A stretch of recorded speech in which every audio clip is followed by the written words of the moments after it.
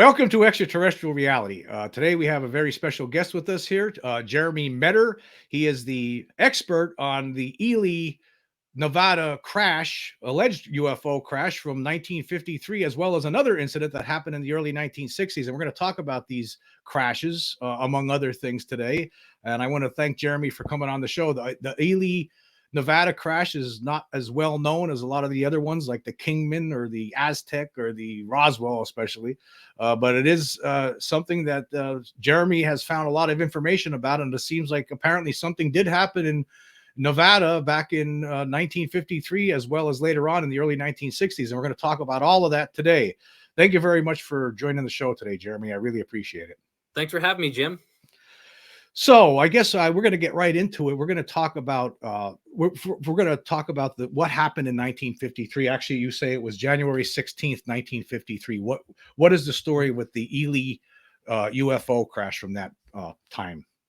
So the best way to word it is going back to the early 2000s. This story it appeared on KOLO news station over in Reno. And they were doing a story about a UFO crash that happened over in 1952 was what they said. And they said it was in August of 1952. And they were saying that a UFO had crashed into a mining area outside of Ely, Nevada in a town called Ruth. And their story roughly is similar to my story, but we'll get into more details about that in a minute. They said that the rough story is that an object came down and crashed into a copper mine, a very large copper mine called the Robinson Copper Mine outside of Ruth, Nevada, actually. It's about 10 or 12 miles from Ely. So fast forwarding, so this story came out in the early 2000s. I have a grandmother that was a school teacher in a town called Eureka, Nevada. Eureka, Nevada is pretty much the next town over going west from Ruth. It's a small town, very small town, about 1,000 people. And she knew that me and my brother were into UFO stories. And she was telling her coworkers that we were thinking about heading up there to take pictures and do some ghost hunting stuff up there, actually.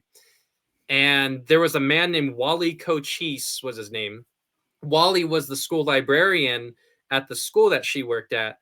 Well, Wally I guess he was old as dirt at this time. I don't know exactly how old he was, but he was there when this incident happened at the copper mine. And of course, my grandma got me in touch with Wally, and Wally ended up telling me this big, long story of events, and he was kind of our first witness. But it wasn't 1952. You found out that was 1953. Yeah, 1953. So we'll get into, if you want me, I could talk first about how I know it was 1953, or I could tell the story and we could get into that later. Yeah, let's just tell the story first and then we'll get into it.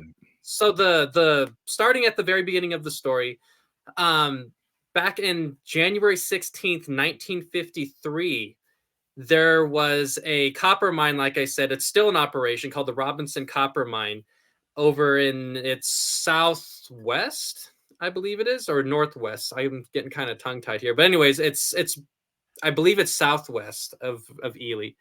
But anyways, during the night shift, these guys were doing their mining, and they started seeing a glowing object. It was glowing purple, yellow, or blue. And this object was seen losing altitude, glowing silently, flying through the sky. And it was seen by people over in Ely, Duckwater, Nevada, which is an Indian reservation. It was seen over by people that live in the town of Ruth, and it was seen by the miners. And this object was losing altitude, and it was going fairly fast, but I guess this thing was silent. The most famous witness for all these events, was a man named Pete. Pete was a security deputy for the Kennecott Copper Company, and he saw this object while he was doing his patrols. He was in a company truck. I believe it was like an F-100 or before the F-150 came out.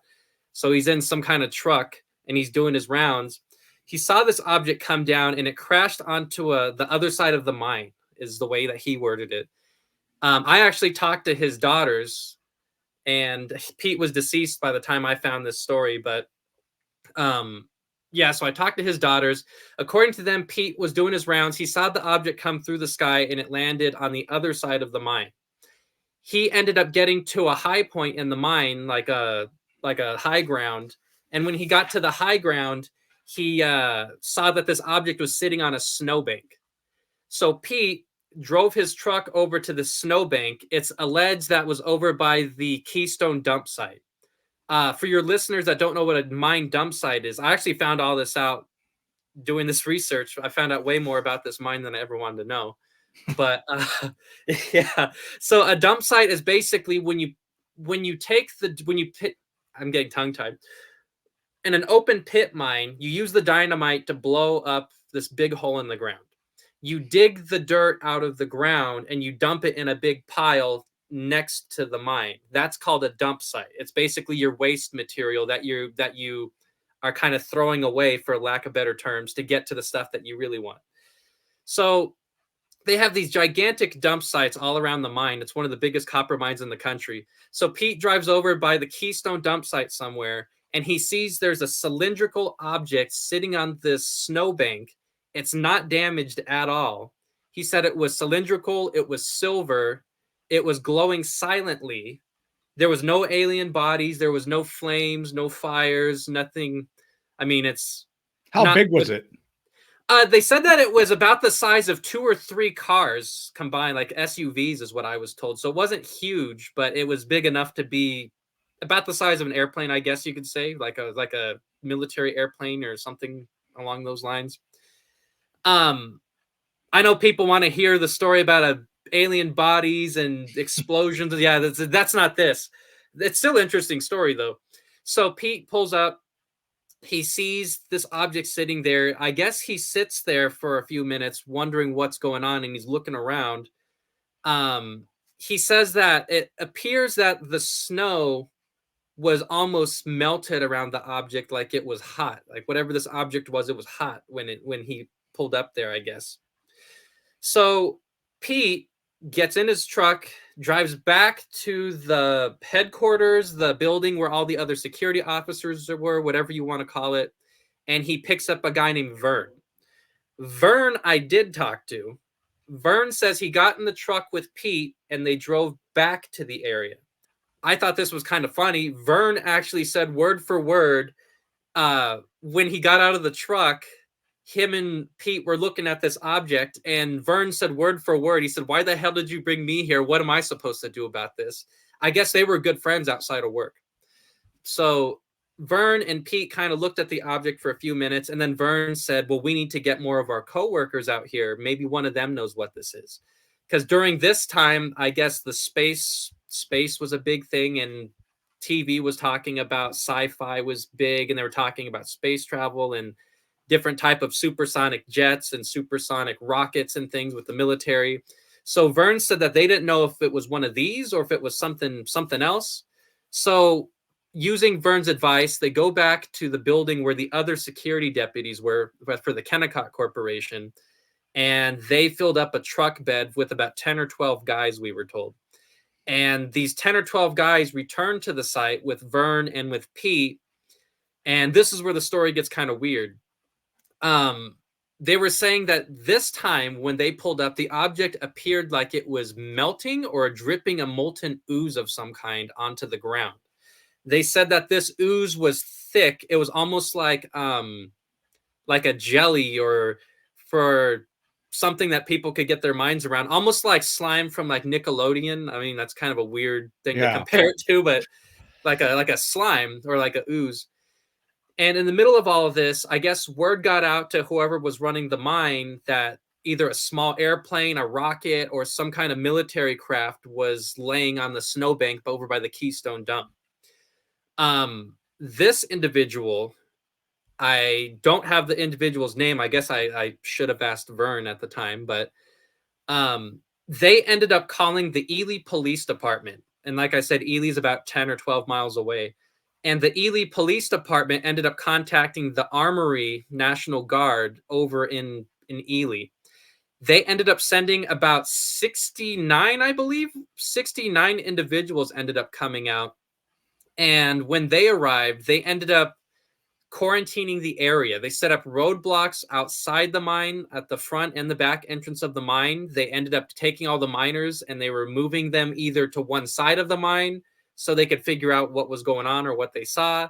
They were sending some people home. And meanwhile, while all of this is going on, the object's still sitting on the snowbank. But the Ely National Guard, I have the individual's name. They were actually an anti-aircraft group. They were formed in 1949. Battery A, 2nd Automatic Weapons Battalion was the exact name of what they were. The commander of the guard, I have his name written down right here in my notes. I'll get to it in just a second. But anyways, they ended up calling Hill Air Force Base over in Ogden, Utah. And Hill Air Force Base sent a convoy with several trucks, with deuce and a halves, just military covered trucks. They were going to take about 3 to 4 hours to get there from Ogden, Utah.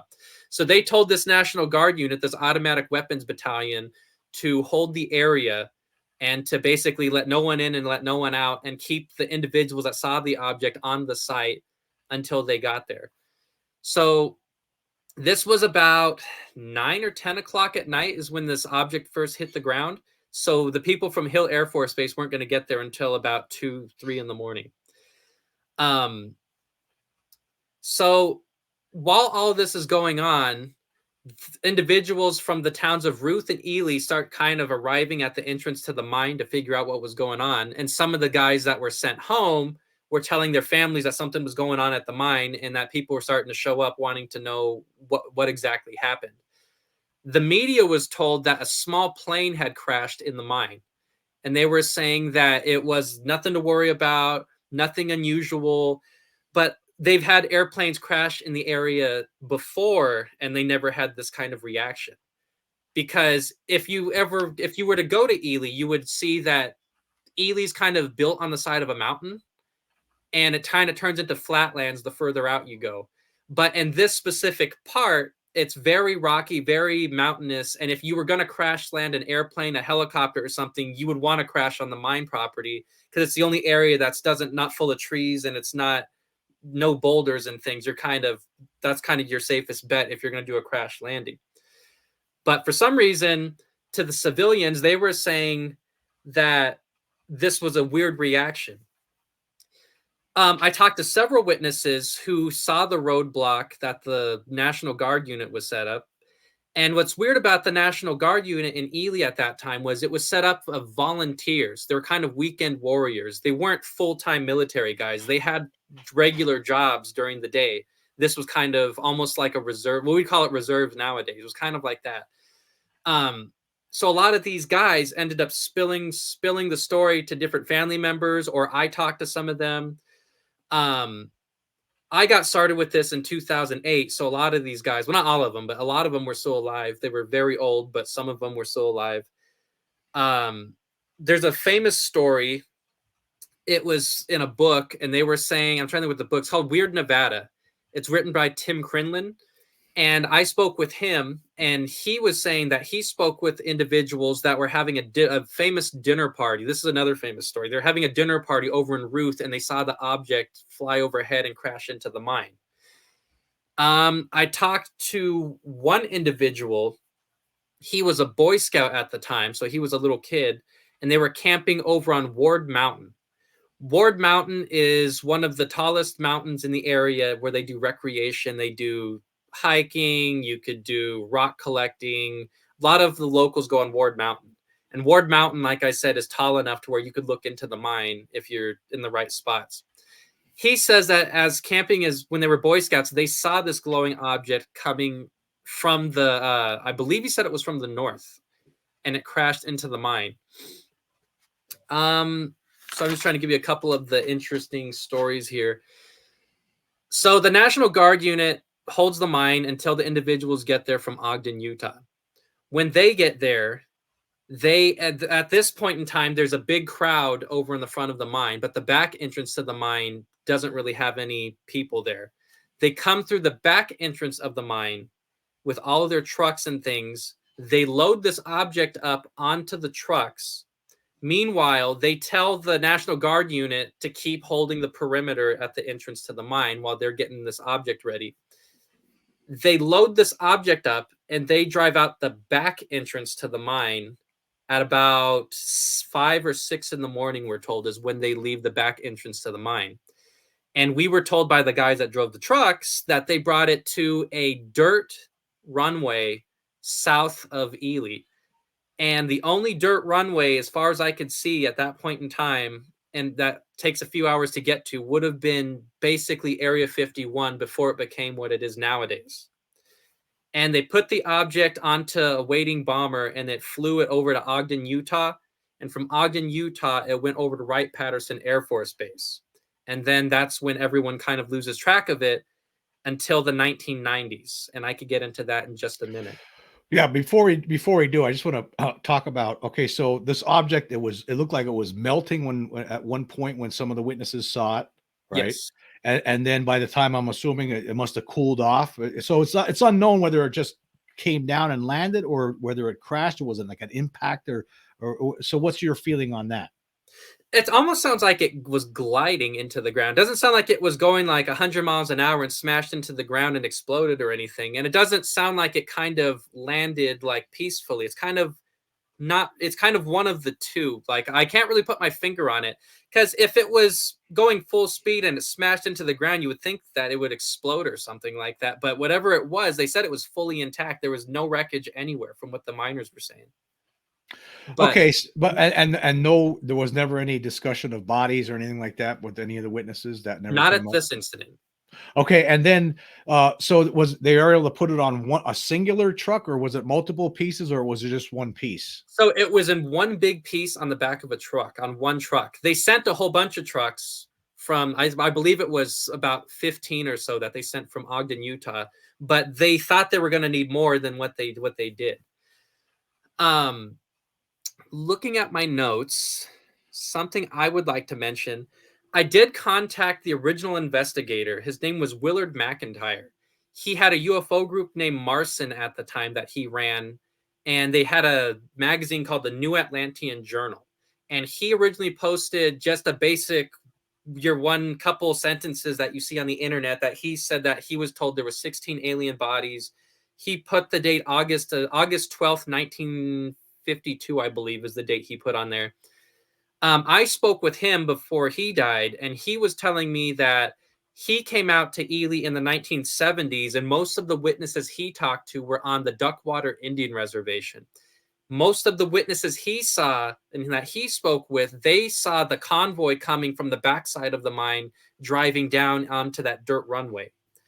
So he didn't have a lot of stories about what people saw in the mine. He had like the before and the after effects is what he had.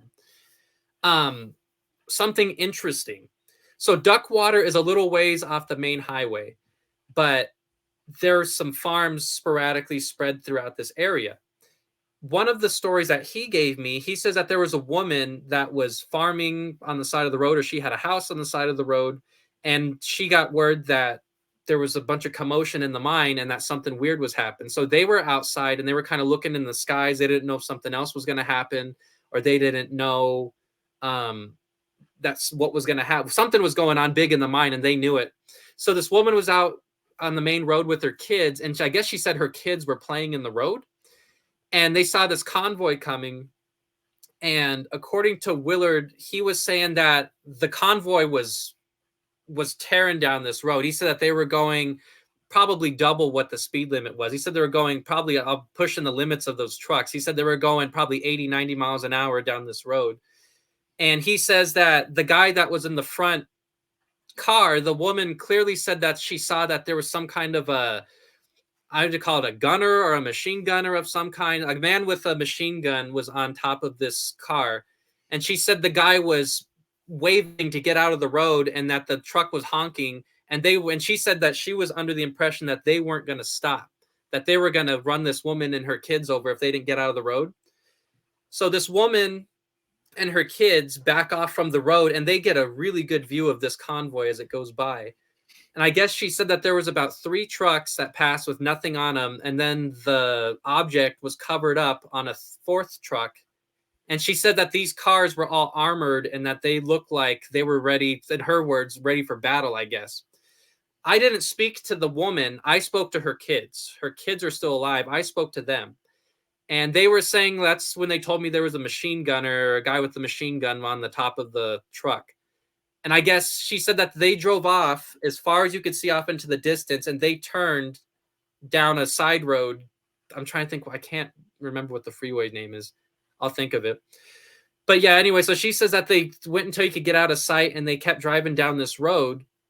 Well, about a week later, military police knock on the door and start interrogating them about what they saw. I could get into that portion of the story if you'd like, Jim, or I could get into that later. Yeah, well, let's talk. So basically, and this is the 1953 incident. Yes. Now, I just want to be clear, though. You mentioned before that you talked to this other guy that originally investigated in 1970s, and he was Yeah. saying 1952. You later determined that that couldn't be the case. Is that what you're saying? Yes. And that it was 1953. So he was wrong about that aspect, but he did interview different people, and that was helpful to your investigation. Exactly. Okay. So the reason why I know it's 1953 is if you go over the newspaper records for August of 1952, there really isn't anything that's revealing at all. In August, it's not really snowing in Ely. The snow generally starts around Halloween time and it ends probably around March or April-ish. So my first clue was that something happened during the winter time, not like the it had to be like the late fall, early winter at least. And in August, it's still kind of hot there, so it's not really snowing at that point in time. So I knew that was my first clue. The next thing I was looking into was, as far as this UFO crash goes, is there any kind of newspaper stories like we were saying on the incident? I didn't find anything in August, but in January 17th newspaper for the Ely Daily Times, there's talk about a giant snowstorm blew through the area. And they said, and during the night shift at the copper mine, they said that the power was knocked out in the whole entire city. They said that a transformer blew, is the way they worded it. And they said that there was an explosion and that basically the power went out in the city. And there was no explanation why. Well, they did say that there was a huge snowstorm blowing through the area. And I thought this was strange. And then if you fast forward 2 or 3 days, there's a story that talked about strange shaved monkeys that were said to have been seen by individuals that live over in Ruth, Nevada, that were working at the copper mine. So I figure that this January 17th newspaper is describing the incident where this object had crashed into the mine. So there were people that saw creatures then? Is that? The newspaper article kind of dismisses it that they were shaved monkeys that people were seeing in the area, but I talked to people that were in the truck bed that were at the object. And I talked to Pete's daughters and I talked to Vern. All of them said that they never saw any bodies or anything. So I don't exactly know where the shaved monkey story comes into all of this, but I believe that has something to do with this. I'm not exactly sure how though. And so now let's get back to the witnesses to the convoy, the mother and her children that saw this convoy passing by apparently after this object was removed by the military, and they're on their way apparently to maybe Area 51. And then somebody came and knocked on their door the next day or a couple of days later. Yeah, so I have a couple of those stories. The one I'll only give you a couple of those. So the woman who was with her kids by the side of the road, she says that a couple days later, military police came onto the Duckwater Indian Reservation, and she says that the guy had a pearl-handled sidearm. So I guess it was kind of like white, looked like pearl on the sidearm, on the pistol grip. That's the term I was looking for. And she says that this guy was telling them that, what did you see? You didn't see what you saw, when they explained that they saw this convoy. And he was telling them that if they didn't speak, that they could go to prison for this, or the mom could go to prison. And he was saying that the kids would basically go missing if they decided to speak to anyone about this. I talked to some individuals that were at that dinner party, the one that was mentioned in Tim Crinlin's book, Weird Nevada. I spoke to some of them. They also said that an individual came, I'd say 2 weeks later, they were saying. But what's weird about the whole thing is they said one of the two men that came to their house had a pistol, and they saw that it had white pistol grips on it. So I believe it's the same guy. I don't know if they were doing it in one swoop, like if it was on the same day or just around the same time. But there was 3 different people I talked to that said they saw a guy who had a pearl-handled sidearm, and this guy came to their house and was interrogating him. One of the most interesting stories about the whole entire thing, back at about 2010, 2012-ish, I talked to an individual named Claude House. Claude House is mentioned on the KOLO Reno news video that talked about the basics of this incident that I was telling you about. And in the video, Claude says that his parents basically came across that roadblock I was telling you where the National Guard had that perimeter. Yeah. And he says that his parents saw that, and they also saw the object in the sky. This was about 2008, I believe, is when the Reno did their news story. And I talked to him 2 to 4 years later. So I call Claude. It was kind of like a cold call. I call him out of nowhere, and my best friend Nick was on the phone with me. He helps me do some of this Ely UFO stuff. And Claude answers the phone. He was very nice. And I said, well, we're doing a UFO story about UFOs over in Ely, blah, blah, blah.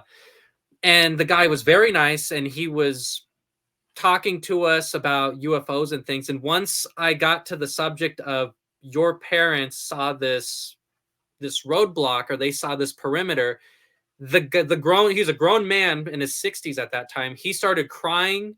He went into hysterics. He says, they told me not to talk about it. He says, they told me not to talk to you. He started kind of blubbering, like he couldn't keep his sentences straight. He couldn't hold a thought. Whatever the case was, this guy, he wasn't talked to in 1950. This guy was talked to in 2010 about this incident, whatever it was. So this guy, he wouldn't say who they were, and he didn't get into details. He kind of freaked out on us for a couple of minutes, and then he hung up on us, and we never heard from him again. And this is weird because, like I said, this wasn't in the 1950s. This was in 2010 that this guy, so whoever they were, came to his house. We have another story similar to that one. We were talking to a woman that lived over in East Ely. And like I said, that's about 10 miles from the mine. Her husband used to work at the mine, and he was one of the guys that was in the bed of the truck that came back with Vernon Pete. We were supposed to interview her on a Saturday back in 2010, 2012-ish, somewhere around there. And I work Monday through Thursday. So we were supposed to, it was either Friday, Saturday, or Sunday. We were going to talk to this woman. And me and my friend Nick were going to go up there and talk to her. And suddenly I got a call about Wednesday afternoon from this woman. And she said, I'd like to thank you guys for coming and doing this interview with me. I know that you guys showed up on a date that was different from what you said you were, but I'd like to thank you for doing this interview. And I told her, I said, I didn't do an interview. I'm at work. I'm in Vegas. Well, I'm 4 hours away. I didn't do an interview with you. And she said, you didn't? And I was like, no. And she started telling me, well, Jeremy and Nick showed up. She said that I was getting my paralegal degree. I was going to the College of Southern Nevada, which I was at that time. And she started describing this interview, and she says that they got into it looked like a panel truck, and they drove off when they were done. And I told the woman that it wasn't us, and it scared her so bad we never heard from the woman again. So that was in the 2000s. That wasn't in the 50s. That was in the 2000s. So what's happening here is basically you learned about this story initially, and then we'll get into that. But you learned about the story, and you're investigating this, and you're talking to these people, but they're getting approached all these years later in 2010, around 2010 period, right? By somebody and telling them not to talk, basically scaring them into not talking. Exactly. And one of them was pretending to be me and my friend Nick, which is really weird. And is there any way anybody could have known about that you were planning on talking to this woman? Yes, actually. Who? So during that time, I was actually contacting different Air Force bases, trying to find out if they had any kind of records of them showing up to crashes. I didn't say UFO crashes right off the bat, but I was saying aerial crashes, if there's any kind of logs or records. I called Hill Air Force Base. I sent in a request on their website. I got a call back from Hill Air Force Base, and they were asking me what I think they knew what I was looking for. And the guy on the phone, he introduced himself and he asked me for what my background was. I told him I was going to college at the time. I told him where I worked, and all the details that woman said were stuff that I told this man who said he worked at Hill Air Force Base in Ogden, Utah. And what's weird about the whole incident was he told me that they had a records logbook on the base, and he was trying to get me to go to the base to read this book. And I was like, I know better than to do that. I've watched these shows. I don't want to get arrested or something. So I was like, I'm in my head. I'm like, I'm not going up there. You got paranoid about what? Yeah, I got paranoid about it, because what made me paranoid about it was the guy. I was asking him, I said, well, I was looking for aerial crashes. He goes, what kind of crashes? I go, strange ones. You could tell the guy was trying not to laugh, and he started smiling. And he goes, is there a time frame? I said, yeah, in January of 1953. His tone of voice changed, and he says, those types of crashes are classified. They told you that on the phone. On the phone. My friend Nick was on the phone with me on a three-way call. We called him, or he called us. And the Air Force told you that January 1953 crash is classified. Yes, because I said I was looking for the exact words of the conversation. He said, what kind of crashes are you looking for? I said, strange ones. And the guy started smiling, because my friend Nick lived with me at the time. So he had a phone on. It was a house phone. I was on one, and he was just kind of listening, not saying anything, but he was in the other room listening. And his exact words, I said, well, I'm looking for one from January of 1953 over by Ely. And the guy, you could tell, like I said, he was smiling or trying not to laugh. And he goes, those kinds are classified.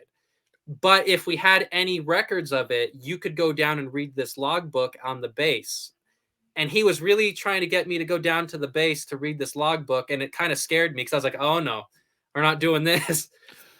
Well, I mean, it could have been, though, that you could have went there. I mean, the reality is, I mean, yeah. what are they going to do? I mean, they're going to make it disappear. I mean, I could understand why it would be paranoid, but mean, you probably would have went there and there would have been nothing in it. That's probably what you would have saw. That's what I think. Something like that. Yeah, there would have been nothing there. There was nothing to see here. Yeah. That kind of stuff is, put away. That's what I believe. Oh, yeah. I was just thinking, though, in my mind, I was like, yeah, I don't think I want to. Yeah, I understand. I get it. Yeah, I'd be thinking the same thing, because they obviously want this secret. They want this secret to get out. What was weird was I got a call from 3 or 4 different Air Force bases. I know Nellis Air Force Base in Vegas called me. I had Ogden call me. Douglas Air Force Base was calling me. And it got to the point where they were calling me all the time. Like, they were asking me like what information I was looking for. But I'd be like, I talked to someone yesterday about it. Now you're calling me the next day. And then the next day after that, they'd call me again. And I was like, are you guys just keeping horrible records? Are you trying to freak me out or what? But some of the bases that were calling me, I never sent in requests to. Like, I never sent in a request to Nellis, and I never sent one into Douglas. So I don't know how they even got my name or anything. So, and then with regard to the people, the mother and the kids, so you have that, and then you also had this dinner party. So that dinner party, where was that occurring in relation to where this incident happened? They like, how far was that in Ely proper? So the dinner party, they saw it from a distance. Yes, one thing I forgot to mention was the town of Ruth is literally built right next to this Keystone dump site. It's literally right there next to the mine. Like, the mine, they ended up having to move the town a couple miles over. I believe it was 1955, 1956. They moved the town a couple miles over so they could expand the mine, which is where the town is nowadays. The town was, the dinner party was in a town called Ruth. They refer to it as Old Ruth because it was in the old location. So they would have approximately been close to that location where that Boy Scout saw the object crash. So they would have had the same point of view that he did. That'll come into effect in just a minute, like when we look at the map that I sent you. Yeah, I'm gonna pull up some of the pictures that you sent me. They're some of them are for another crash we're going to talk about Yes. later. But you want to talk? You wanted me to pull up the map? If you could pull up the map from the 1950s, it should be like a dark picture. Okay. Okay, I got it. Yeah. Here we go. This one. Yes. So if you look on it says Old Ruth on the right side of the picture. Right here. That is where the dinner party was going on. The Keystone dump site you can see is in the top center of the picture to the left. Right here. No, further to the All left. right, way over here. Okay. Approximately somewhere in that area is where the object officially crashed. And a little bit south of that, kind of where your mouse is, right around north of that, between the Keystone dump site and where your mouse is now is where the town is nowadays. So, okay. Yeah, so the mine expanded nowadays to where Old Ruth is. So this is where the dinner party was being held, and that's where they were able to see. The dinner party is where Old Ruth is on the map. Nowadays, the town is where your mouse is because they moved. Oh, okay, I see. So where an Old Ruth would be over here. All right. Yes, so they saw from this position here. Yeah, and you can see Ely is kind of cut off, but it's on the top right sliver of the picture, way up there. But they could still see this area because there's if you can see the mountains, there's no trees on the mountains in this area, so they could see this object coming in. Original reports say that Ripe Town down there, it turned into a ghost town. It's now dismantled. Some people from the Ripe Town area claim that the object crashed close to there, is what the original rumors said, but I debunked that. I'll get into that in just a minute. Do you have a way of pulling up the picture of I kind of did it in paint where it's like a purple mark on it? Yes, that one. So explaining to your listeners, the purple is roughly where Pete would have been on patrol. That's where he would roughly do his rounds. And he'd sometimes go down towards Ripe Town and down that area. But at the time of the crash, he was somewhere in that purple area. The red arrow pointing down to the left, that is roughly the direction that the object was coming in when it crashed. Rib Hill is circled off to the right. Is there a way you could go to the one where it shows the campground? Or yes. It's like another one I drew the red on. Right here? Okay, so this is the campground that Boy Scout was on when he saw it crash. Rib Hill is circled to the left, and to the right is the direction that the object crashed in. The object couldn't have crashed in or close to Ripe Town because Rib Hill would have blocked his view. And so that means that if you look where Old Ruth was, and you look where this Boy Scout was, and you look where Ely was, the object had to have crashed close to that Keystone dump site. It had to have, if you look at the line of sight, because Rib Hill would have been blocking the view over by Ripe Town. So it would have had to have been somewhere south of the dump site and north of that other dump site, the unnamed one where the end of the arrow is. Okay, that makes sense. Then I also sent you a picture of Pete, and I sent you a picture of the rough path that the trucks. Yeah, that's Pete right there. That's the man that I was referring to, that the famous witness, if you want to call him the famous witness, the one everyone talks about. Yeah, he was deceased by the time you started investigating this, but you did talk to the other person that was with him at one point. That was so double checking on the Pete story. So Pete was an immigrant from Greece, and he was working at the mine up until, I believe, the late 70s. I actually talked to people that worked at the mine in the 70s that knew him. So I don't know when he retired, but I know in the 70s he was still there. I also went to the White Pine Public Museum and found his employment records from the 1950s and when he first started working for the company. So I know Pete really worked for the company. He was a security deputy. I talked to people that worked with him that knew him. So I know he was really there. I know his story checks out. That's the one that a lot of people wonder who the unnamed security guard is. His name is Pete, and that's him. And so I guess the question is, were any of these people, like, did you learn anything? Were these people told to not talk about this? Or any of the other witnesses around the mine, like Pete or? Well, the thing is, Pete's daughters, they said that they were unsure if their father was told not to talk about it. But I did talk to a lady numerous times. Her name is Mary Sorensen. Mary Sorensen is kind of like the town historian. Her family has lived in the town since, I believe, since at least the 50s. And she says that she was a little girl when this happened, but she doesn't remember the crash. But from what I believe, from what I was told, Vern and Pete were her next door neighbors. And she went on a fishing trip, I believe it was a fishing trip, and she was with Vern and Pete. And Pete and Vern told her this story about the UFO. And she was told that Vern had told her that Pete was sworn to secrecy and Pete agreed to it. So I guess Pete and Vern had both told her that they were sworn to secrecy, but neither one of them have told me that. Like their family members or Vern himself had never told me that, but they told her that. Wow. So basically, in a nutshell, something comes down in January 16th, 1953. This is what you believe, based on your research. In January 1953, it comes down, whether it's a hard landing, it glides in, whatever, but it comes down. It looks like it's melting. It's a really strange object. There's people at the mine, like Pete and Vern, who sees this, among others. There's other witnesses around. The National Guard shows up, and then another group shows up afterward, and while the National Guard holds everyone out on a perimeter, they build the perimeter so nobody could get in. Then this other group shuffles away with this object. Loads. Was there a crane there that you know of that lifted up onto it? How did they get it onto the truck? Is there any? They used the cranes that were in the mine, because the mine has like a whole bunch of different types of cranes and things in there. I believe they used one of the cranes in the mine. And they said that it fit on one truck. So it wasn't like a gigantic object, whatever it was.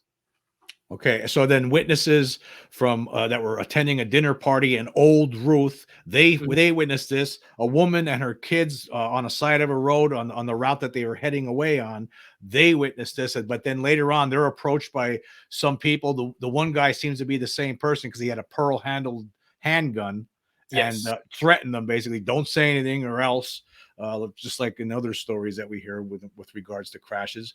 And that story just pretty much nobody knows about it for a long time. And until somebody in the 1970s started investigating this. That was the guy that you were originally talking about. Willard McIntyre. I don't know how he came across the story, but in the 1970s, he went out there and he was interviewing individuals, whoever he could find. And then, as far as I know, no one really looked into the story. Did Willard publish it though? Did he publish any articles on this? He didn't write any articles. The most he wrote the date August, I think it was August 8th or August 12th, 1952. And he said that there were 16 alien bodies, and he just wrote Ely, Nevada is what he wrote. But and then you came to determination that you, like you explained earlier, that had to be wrong. It couldn't have been then. It had, and then newspaper clippings lead you to believe that it was actually January 16th when this happened. Yes, exactly. Okay. And then I'm trying to think of what. Yeah, so Willard was saying that he didn't have any notes talking about like individuals. He gave me the names of people, but a lot of the stories I had to call them and find the stories. For most of them, he was telling me that all of those stories in that UFO crash list, and this was one of the ones that was listed on there, he says they weren't put into that article unless there was at least 3 military witnesses that were willing to talk about it. I asked him who his military witnesses were. He says that the article was so old. It was from a 1980 version of the New Atlantean Journal that he had published. He says that the records were gone, so he had no idea who the 3 military guys were. I talked to a lady named Tara. Tara was one of the kids that woman that was in the road that night. Tara gave me a lot of the witnesses' names from the Duckwater Indian Reservation. So that's how I found a lot of them. Willard's records were so old, a lot of them, the people were deceased, but I got lucky that some of those kids still lived on the reservation, and I got a hold of them. So now Willard when he originally talked about this in the 70s, his research was saying that there were 16 bodies, but you have no idea where he got that from or where exactly. I don't even know where that number came from, because from the way it sounds, the object wasn't big enough to hold 16 people or 16 entities from the sounds of it. Um, the other thing I was going to say was during this whole thing, I almost had like a people know more than they're telling type of feeling to it. I know they did actually because um George Knapp, he runs one of the news agencies down here, the big news stations, and of course, KLAS. yeah, KLAS, and he does various news stories on paranormal and aliens and different things. He said he tried to do the story a number of times, at least 3 or 4 times, and he couldn't find any record of any of this stuff. And I guess he had his exact words. I actually got into it with him when I first started. He says, "I'm chasing a myth. It never happened. I'm wasting my time." He wasn't very nice to me when I first got into this. And I guess, for lack of a better term, you kind of have to have an in with the community. My grandmother lived in that area and she knew different, like I said, she knew Wally, the librarian. And I guess the best way to word it is because my grandmother was a trusted person in the community, her people she knew were trusting their story with me. And then friends of friends started coming to me. And I believe that's why George Knapp never found out much to the story, was because they don't like the big news agencies and stuff coming through there. And me, I'm more small time versus like a big news station that's going to be put all over the internet and stuff is the way, as what I think. How many witnesses did you to this 1953 incident did you actually personally talk to? Do you think? I've I mean, spoken roughly. to I've spoken to probably about 15 people that were there, and I've probably spoken to about 24 people who were family members of people that were there. And then, of course, I have like little maps and things, and some of them are coincidences, and some things line up, and some things don't, of course. But I believe this story really did happen. I don't have as much information for this incident as I do for another one, but I do believe it still happened, though. And but we don't know if there was any bodies or anything like that. But we do. But you do believe that there was an object that was taken away. There were just too many witnesses. And then what was really strange is the fact that later on in around the 2010 period, there was 2 witnesses at least that seemed were approached by someone and told to shut up Yes, exactly. or scared, or like that other incident where there were imposters that showed up at someone's house. I do have, yeah, exactly. I do have one more. I mean, I have tons of stories, but one of the more interesting ones before we move on to the next part of the story. I was on the Talk with Vince show with Vince Martin. It's a FM radio show back. I've been on the show several times. I was on the show with my friend Nick. Like I said, he does the UFO stuff with me, and he had a co-host. Her name was Branwyn. Was the alias that she went by. Um, After one of the shows, Branwyn had told me and Nick that she wanted us to meet her at a restaurant called Ichabod's. I believe it was the next day. And she didn't give us any kind of backstory, but she said there's a reason why he had me as the co-host on this show. And I said, okay, well, I'll meet you at the restaurant. We'll figure it out. She shows up with a folder, let's call them a manila folder, Yeah, the one that has like kind of like the pull tab thing on the top. yeah. And she sits us down and she says that her dad was some kind of a metallurgist over at Area 51 back in the 1990s. And she started showing us different kind of parking papers he had, some paycheck stubs from the Navy that he had, um, papers showing that work schedule papers, things that showed that he actually was doing something at the base. And she said that he was some kind of metallurgist, some kind of a scientist, I guess, for a lack of better term. And she was telling us that he worked out at the base, and she said he handled wreckage from this 1950s incident in the 1990s. And I told her, I said, well, from what I know, the object never broke apart. And she said, well, it didn't break apart. From what he was told, they had bits and pieces that they picked up off the ground. And I believe it was that metal stuff that was dripping onto the ground and it hardened into whatever over time. She says that he was doing different tests on this material, I guess you would call it.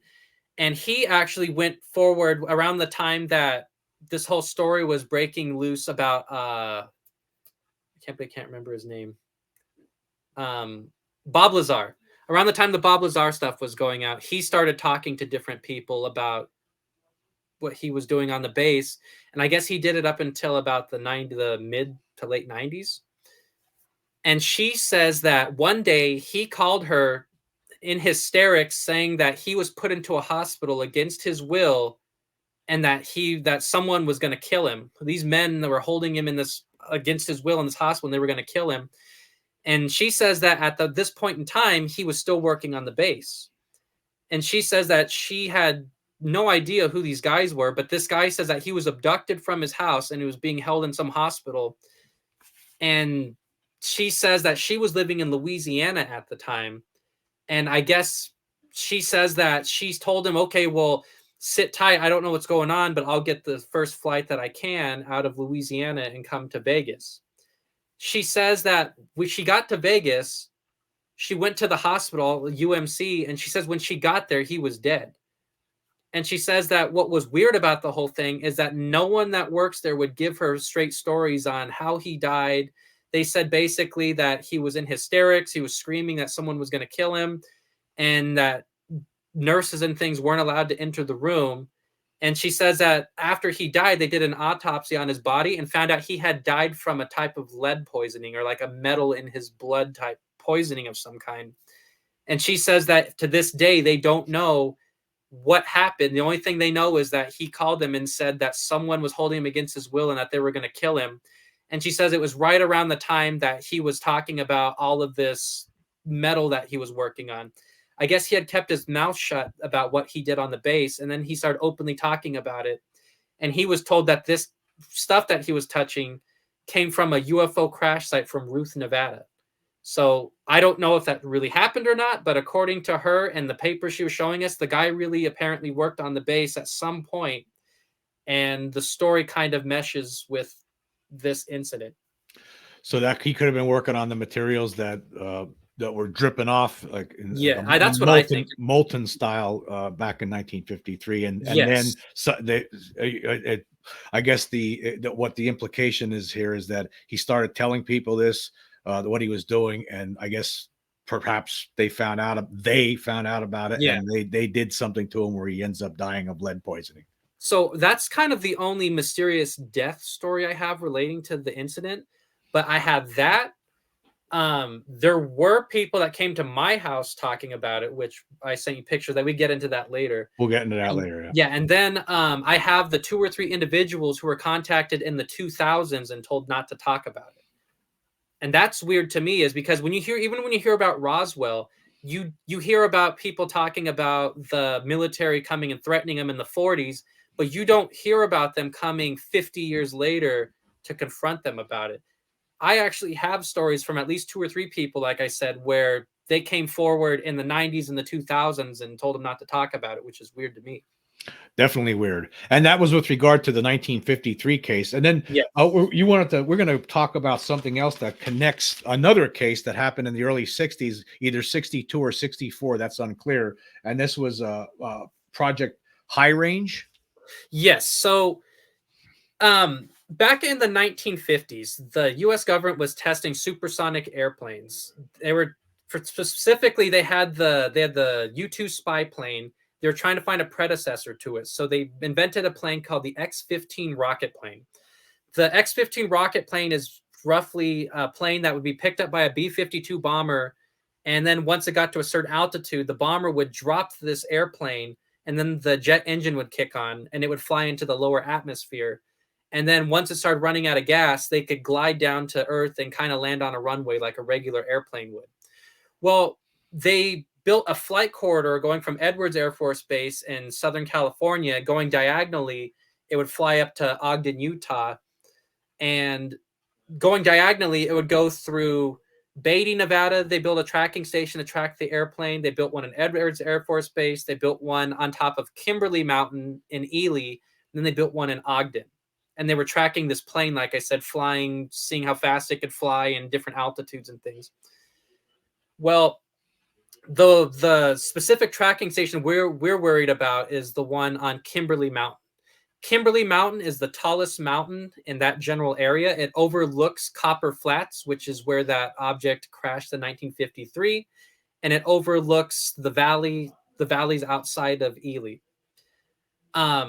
Like I said, this rocket plane would frequently fly through there, and they were tracking it. Well, I actually spoke with Harry Drew. He did the Kingman UFO crash, and I spoke to different individuals who did Kecksburg.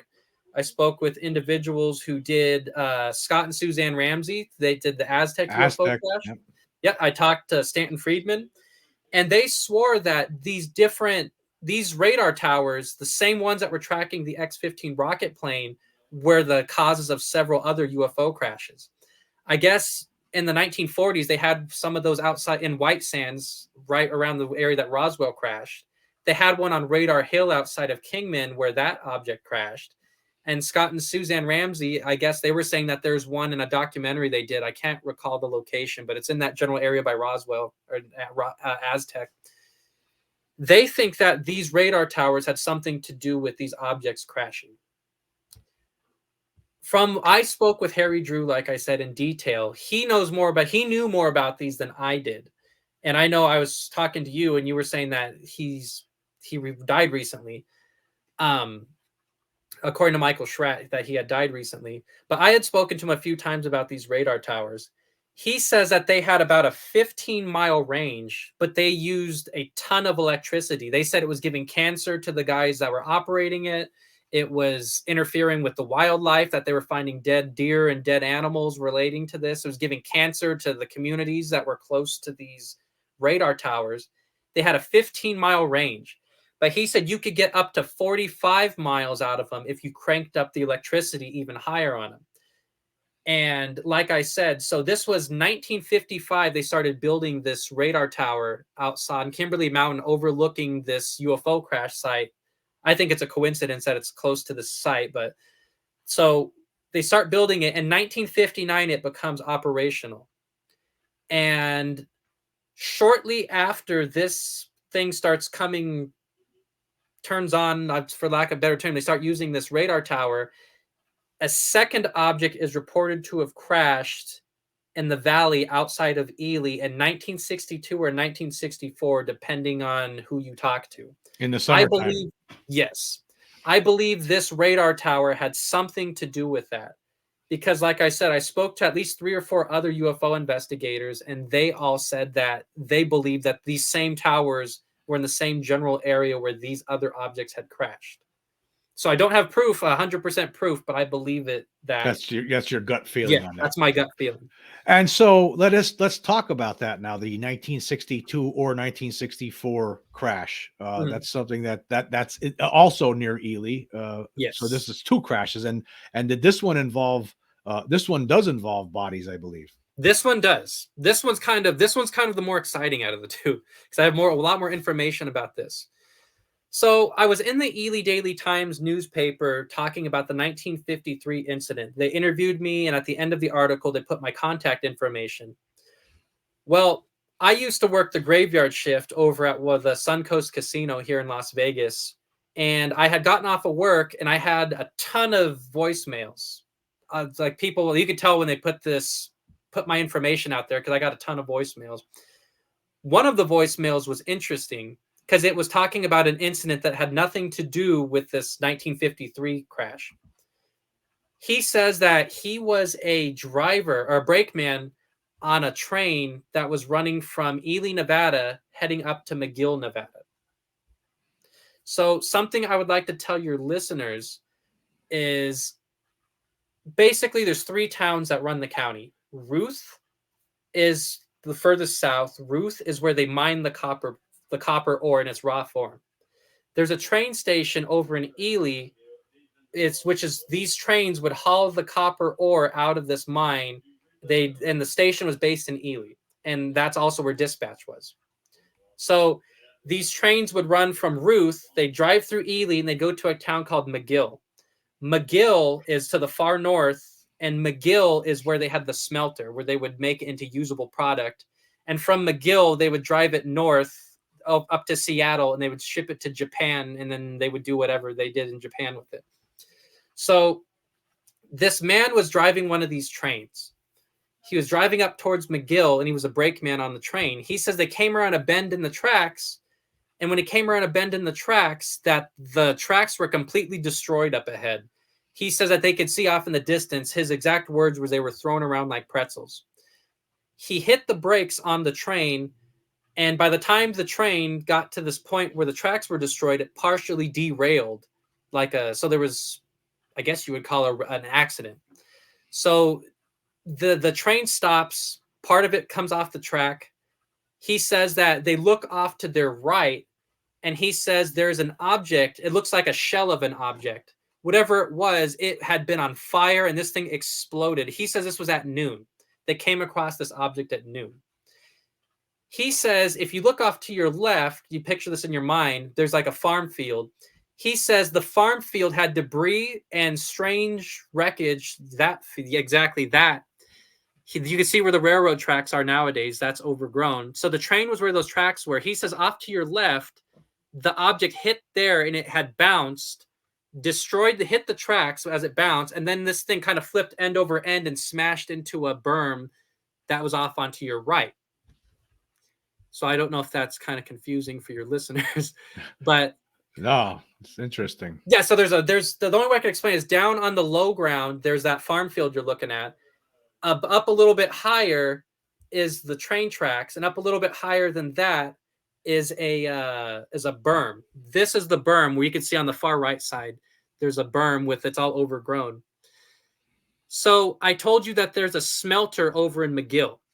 McGill was dumping their slag waste material in these big berms right next to the railroad tracks, and they had been doing this for years and years. So there's tons of these berms out there.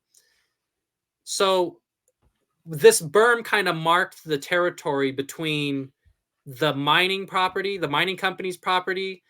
Yeah, there's the route between Ruth, Ely, and McGill I was telling you about. So the berm kind of marked the territory between the mining company's land and the train company's land. The Nevada Northern Railway was the name of the company. I'll get into that in just a moment. So he sees this object crashed into this berm. It destroyed the tracks. There's wreckage off onto the field. He says that there's 3 or 4 female ranchers on horseback that are already at the site. They're at where we're looking right now, where that berm is destroyed. Those female ranchers were right there. And the tracks, you could see off onto the far top left corner of the picture, you can see where it's overgrown. That's where the tracks are. So the tracks are there. The service road is in the middle. You can see the light color where the service road is. And then off to the right is kind of in the center. That's where the UFO was. He says that there's 3 or 4 female ranchers. There was no communication between the men on the train or the female ranchers. He says as soon as the train got there, these women got on the horseback and they rode off. And he says that they rode off north, I guess you would call it, which would be north in this picture, down that same road. They were heading that way. He says they went off that way, and these men got off the train, and I guess he says that this object looked like it had crashed previously. It wasn't like fresh, as in like it just now happened. It had happened a few hours before. But those female ranchers had been on the site. He doesn't know what they were doing there. I ended up interviewing them. We'll get into that in a minute. But he says that if you look off into that farm field, he says that there was strange bodies. He said that, yes. He says that there was 3 to 4 bodies that he saw. He says that it had traumatized him, that he still frequently thought about this. And I guess he says that the object looked like it was cylindrical, similar to the one that was reported in 1953. But this object looked like it had hit end first, but this thing was going fast, unlike the other one. And this hit you got to picture a cylinder, I guess like this.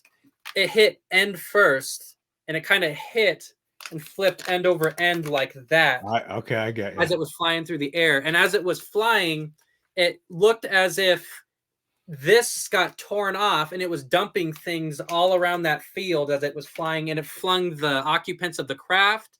It flung wreckage, bits and pieces. This were everywhere, and it was going all over this field we're looking at. And he says that the object looked like there was some kind of explosion. He says that you could see the frame of the craft at certain parts. There's a big hole torn in the end, and he says that there was panels, for the way that he worded, panels were torn off and were laying all around. Did you talk to this guy personally? Yes, I talked to him. And who is this guy? Who is this person? His name is Grant is his first name. I could tell you his last name after we're done. Okay. But yeah, so Grant is his first name. He was and he's the engine. He who is he on the train? He's the brakeman. He is just the only thing he does is the brakes. So he sees these weird bodies. What did the bodies look like? He says that they were about 3 to 4 feet tall. He says that they were hairless. He says that they were like a dark amber color or almost like a brownish looking color. He said they had large heads. He says the eyes were weird. He says it wasn't like your typical like gray alien looking eyes from the way he described it to me. He says that their eyes were they were larger than ours, but they weren't like what you'd see typical, like your stereotypical alien. So they didn't venture off into the field, though. They saw it from kind of the same point of view we're looking at in this picture. They were looking down into this field. And he was saying that they used the CB radio that was in the train, and they called dispatch over in Ely. And they said that there had been some kind of aircraft had hit the train tracks and that they had a partial derailment and that they needed help. So similar to the 1953 incident, dispatch called the Ely Police Department, who then called the Ely Armory. The Armory once again called Ogden, Hill Air Force Base in Ogden, Utah, and they were sending another convoy out, similar to what happened in the first incident in 1953. So the National Guard shows up. They show up on site. They run down a fence that's in the area, and they set up a staging area. So I sent you a picture of that. I was wondering if you could pull that picture up. That one. So you can see the fence. They said that they ran down a fence. And when they ran down the fence, they said this is one of the only areas that's large enough to hold tents and have several guys sitting around, would be this area. And this area is probably about half a mile or a fourth of a mile from where the object actually was sitting, because that road was really narrow with the picture we saw. So they set up this camp here. They block off all the roads in the area. There's only one main road that goes from McGill to Ely. So there's tons of people that ran across this blocked off road because they were asking where you're going, and people were going north to south coming from Ely to McGill. They have the National Guardmen hold off this area once again, like I said, until the Hill Air Force Base gets there. Meanwhile, the men are taken off of the train and they're brought to the Ely jail, and they're interrogated at the jail once the Hill Air Force Base guys get there. How many guys are we talking about? I believe there's 6, I believe, on the train. I know there's a conductor. And this train was what? What was the train? What was it? It was hauling copper ore from the smelter going up to Seattle. Okay. So I know there was a conductor, an engineer, possibly 2 engineers. There's like a navigator, a brakeman. So there's at least 5. I believe there's 6. I could be wrong, but I know there's at least 5 men on this train. And the exact train was the 201 was MU'd to the 401, which means that there's 2 engines connected for people that are kind of train geeks like I am. So there's these 2 engines that are MU'd together. They're heading up to Seattle. So these men are interrogated at the Ely jail. Meanwhile, once the individuals get there from Hill Air Force Base, this time there's more of an investigation involved in the UFO crash cleanup, because this time they actually need to clean up the site.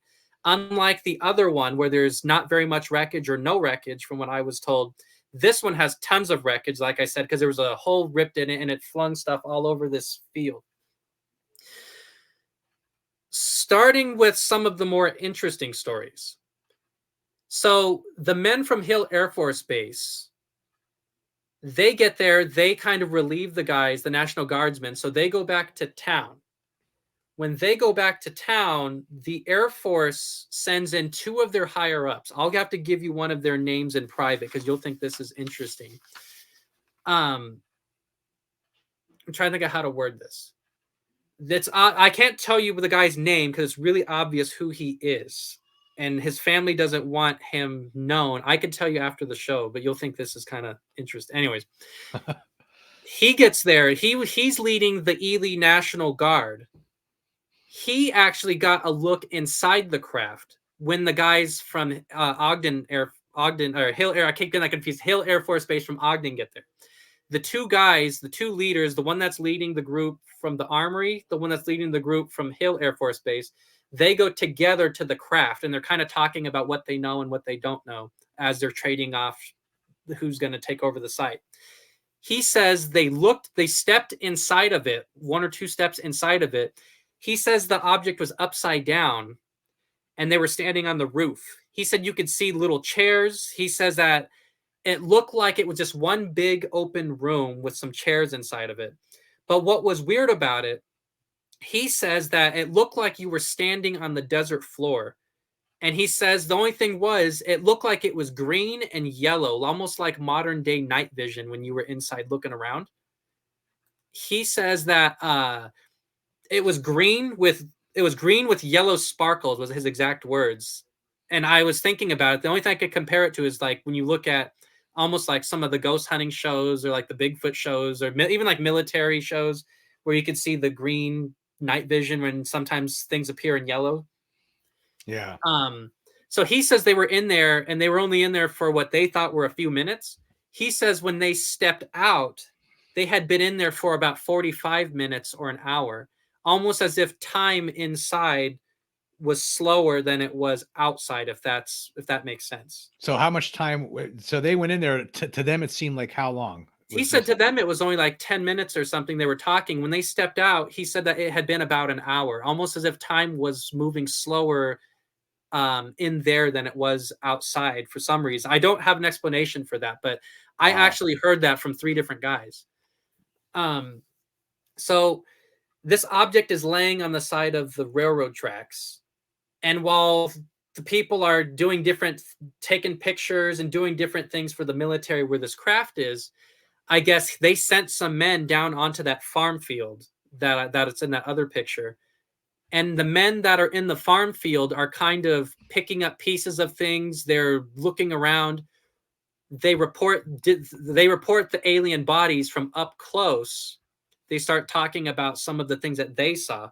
One of the men said that one of the bodies was making a gurgling sound, like it was still alive or it had just recently died. He's unsure. But I heard that from 2 different people, and one of the female ranchers had also told me that one of the bodies it wasn't moving, but it made a gurgling sound and kind of moved its head slightly as if it was dying or it had just died. Like I said, the ranchers were gone by this point, though. So I'm trying to think of where to go with this.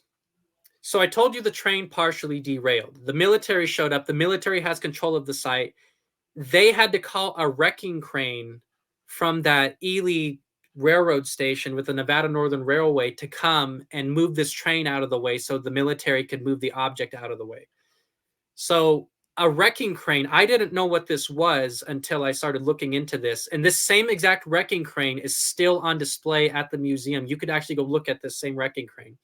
It's a steam-powered wrecking crane from the early 1900s, and it was still one of the strongest wrecking cranes in the area, even in the 1960s. So this thing is massive. The best way I could word it for those of you who don't know how a railroad wrecking crane works, it's on rails. So it's on rails like a regular boxcar. And from what the historians at the Nevada Northern Railway Museum told us, it kind of pulls up next to this boxcar. The top half of the boxcar comes off from the lower half of the boxcar. They come in 2 pieces, is from what I was told.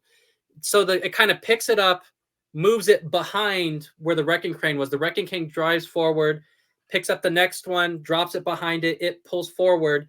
So it has to do this long maneuver of moving these boxcars out of the way. And it does it all the way until it gets to where the engines are. And then it moves the engines back behind it, and they drive this train back to where it came from at the Nevada Northern Railway depot. So they moved the train out of the way, and I told you it was partially derailed. So it moves the train out of the way. Meanwhile, this crane stays where it's at a truck from the military pulls up down that service road that was in the pictures that I sent you. And they use this crane to pick up this shell or this wreckage of, yeah, right here, or that last one. The wrecking crane is where the sagebrush is on the top left, and it picks up the object from that berm that's destroyed and puts it on a truck where this road is right here. So they move the object out that way, and they bring the object initially to that staging area where they ran down the fence and all that. And they're doing, I don't know what tests they were doing, but they're doing some kind of tests on whatever the object was before they ship it off to Hill Air Force Base. So continuing on, I have talked to truck drivers that were driving through the Ely area. They saw the blockade on the side road, this service road, that saw that talked to people. I've talked to individuals that picked up the bodies. I've talked to the National Guardsmen. I've talked to the train people. Some of the most interesting stories come from the female ranchers. So once again, I was featured in the Ely Daily Times newspaper talking about this incident. And I got a call from a man. His name was Daniel. Daniel was living in McGill at the time, but he grew up on a ranch in the area called Bassett Lake Ranch. And he says that back when he was a kid, his mom had seen aliens and a UFO in the valley. And he was telling me that he didn't see the craft himself, but he talked to his mom and saw his mom right before and right after she went out to the site. He grew up on a ranch called Bassett Lake Ranch. He says that his mom one day said she saw aliens and a UFO down in the valley. And he says that his mom came back with little pieces in her pocket. He says that they were green with yellow specks in them. And he says that she had probably about 10 or 12 of them. And he says that she had shown people that come over to their house, basically his whole entire life, these pieces of whatever this is. I asked him if I could see it, of course, but the guy never followed up with me, and the guy stopped answering me. I don't know if I scared him or something. He claimed that the wreckage was gone. But he did say you should go to the Paschal Ranch, and that's where more of the people came from that were with his mom, came from the Paschal Ranch. The Paschal Ranch it's there nowadays, but it's kind of abandoned. It's in like ruins.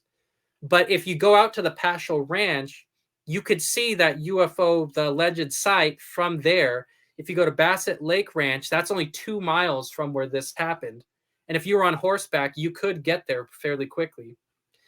There's 3 ranches within a 5-mile area of this crash. And I believe these female ranchers, I don't know why it was all ladies, but these female ranchers all came from these 3 areas, these 3 ranches.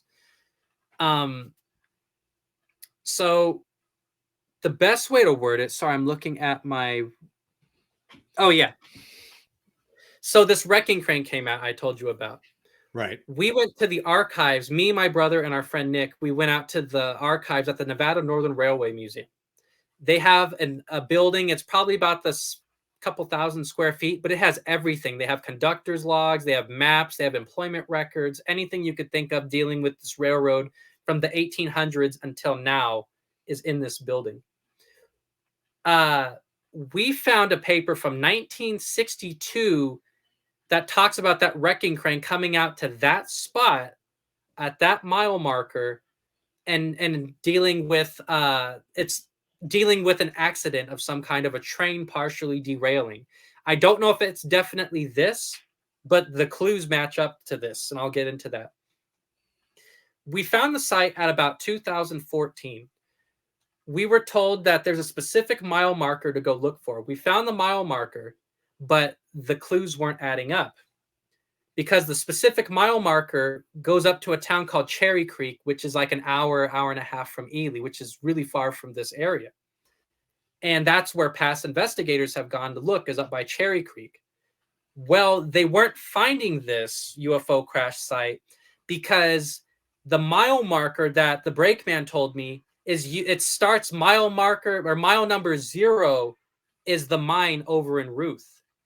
So we had to go to this archives, get a map from the 1800s, and then count up from mile marker 0 up to the mile marker that he gave us.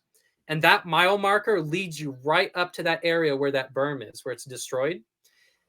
And continuing on, if you get out to that area, that farm field, farms, as far as you could see, are owned in that area, except for that one spot. That one spot is owned by the BLM. It's not owned by any other farmers. And what's strange about it is there's cattle all around in that area. And if I don't know if you can see it off onto, or it's barely cut off on the picture. You can see there's a fence on the left. There's cows on the left side of the fence.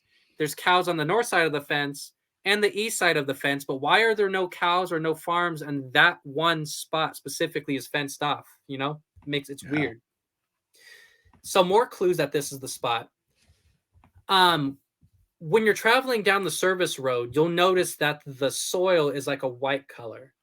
And it's kind of like a light white color all the way up there until you get to where that 1 mile marker is. Then it suddenly goes into a dark copper color. Like I said, the smelter over in McGill was dropping their waste material off in these big berms on the side of this service road for the railroad. So it looks like, to me, the ground was damaged at some point, and somebody filled in that service road and under the tracks that were damaged with dirt from those berms, which is illegal, highly illegal, because there's chemicals and things in those berms from whatever chemicals they use for this copper ore in the smelter. That's radioactive. And if that's on the railroad's land, is where this copper colored soil was used. Somebody got dirt from the mine waste material and used it for the railroad's purposes, which, like I said, there's chemicals in there. So not only is it illegal, but one entity wouldn't purposely dump this radioactive soil and use it to repair the ground at some point. Because this functioning railroad was going every single day for about 100 years, they were used to accidents. They were used to things like this. Never have I heard, talking to anyone that's ever worked there, would they have used soil from the mining land to fill in the dirt on the railroad's land. So a clue is, why would they would have had to have done this in a hurry for some reason? They're trying to cover something up, or there was something happened there that they were in such a big hurry they didn't want to wait to bring in dirt from somewhere else. And like I said, and then the mile marker matches up. The berm, when you stand on top of it, as far as you can see it going this way or going behind you, it's perfect. It's even to this day, it's like whoever dumped it, they did it in a straight line. When you get to that one part and it's completely gone, it's destroyed, it bows out to the right. Yeah, it bows out. You can see right there's like a gap in it where it bows out to the right. And you can see the ground is copper colored too. Like all around that area, it's copper colored. And I sent you a picture where you could see the color of the dirt, what it normally is. Maybe it's that right there. You can see the difference in the color of the dirt there compared to where that berm is, where it's destroyed. Yeah. So we don't have an explanation. Well, I don't know if the object, I know for a fact it hit down in that farms field and it damaged the tracks. We're unsure if that berm where the sand is missing, I don't know if that's because they took that sand to repair the ground where the object destroyed it, or I don't know if that's where the object actually hit and flung the dirt everywhere else. I'm not exactly sure, but it's one of the two. Okay, now you were saying before that that the people in the train were brought somewhere. They were brought and talked to after this happened. The Ely jail, yes. So what happened with that? So they were told that whatever this object was, they were saying that it came from space, is what they were told. But they said they didn't say what it was, whose it was, but they had been told that it came from space somewhere. And they were told never to talk about it. They said that it was a national security matter. They said that there was going to be news stories to follow saying what it was. There never was, but they were told that there was going to be. And they were said that whatever this was, that they would do their American duty, and they weren't going to tell people what this was, or they weren't going to describe what they had seen. And And this then is what Grant told you. Grant told you Grant this. told me this. Yes, And I and was and talking. it was there, and where did this occur at? Where did this This was in meeting? the Ely Police Department. It was actually in one of the side rooms, like where they would just like I don't know if call it a meeting room or almost like a room where they would talk to witnesses of crime or victims of crime. And who told them to say? Who was telling them this? Air Force? This was a military MP. He said. He says that they stayed on the train when the National Guardsmen originally got there. They were told to get back on the train, and eventually they were taken from the train by the guardsmen and brought to the jail. He said they waited there for quite a long time until the men from Hill Air Force Base got there. Wow. And so they were told. And what about the women on the horseback from the ranch? What's strange enough is the women on the horseback, they were never talked to by the military, which is strange to me. They didn't know they were there, maybe. That's what I think. They didn't know at the time. I kind of think this specific incident, to me, is like the sleeper of UFO crash cases, because there's tons of clues this is where it happened. Nobody's been there besides us, as far as I know, since at least the 1970s. Some more interesting things I'd like to point out to you. So I actually went out there with some guys from the History Channel, and they were doing a pilot for a TV show back in 2019. And when we went out there, they pointed something out to me that I had never noticed. If you go out to that area where the object had hit, you can see it's like a dark area. That part of the ground is sunken in. I forgot to mention that. It's sunken in. And it's kind of like a swampy area nowadays because, like, for whatever reason, water's filled the area and it's like swampy. If you look at that, if you could go back to the picture where it shows the dark area. Yes, that one. You can see in the middle, there's like a post. It looks like a dark post in the very center of the picture. Right here. That's actually the bottom portion of a telegraph pole. The telegraph pole is destroyed, leaning in the direction of where that berm is and where the railroad tracks that were destroyed are at. If I know you can't see it in this picture, but that is the pole, by coincidence, is cut down, leaning in the direction of the tracks. And then there was a fence next to the tracks separating that farm field from the tracks, which is that close-up picture where you can see it looks like the bottom half of a pole, if you could go to that picture. So I told you the farm field is at a lower elevation. Then next to the tracks, a little bit higher, they had a fence next to the tracks. This fence is also, this portion of the fence is torn down, leaning in the direction of that berm.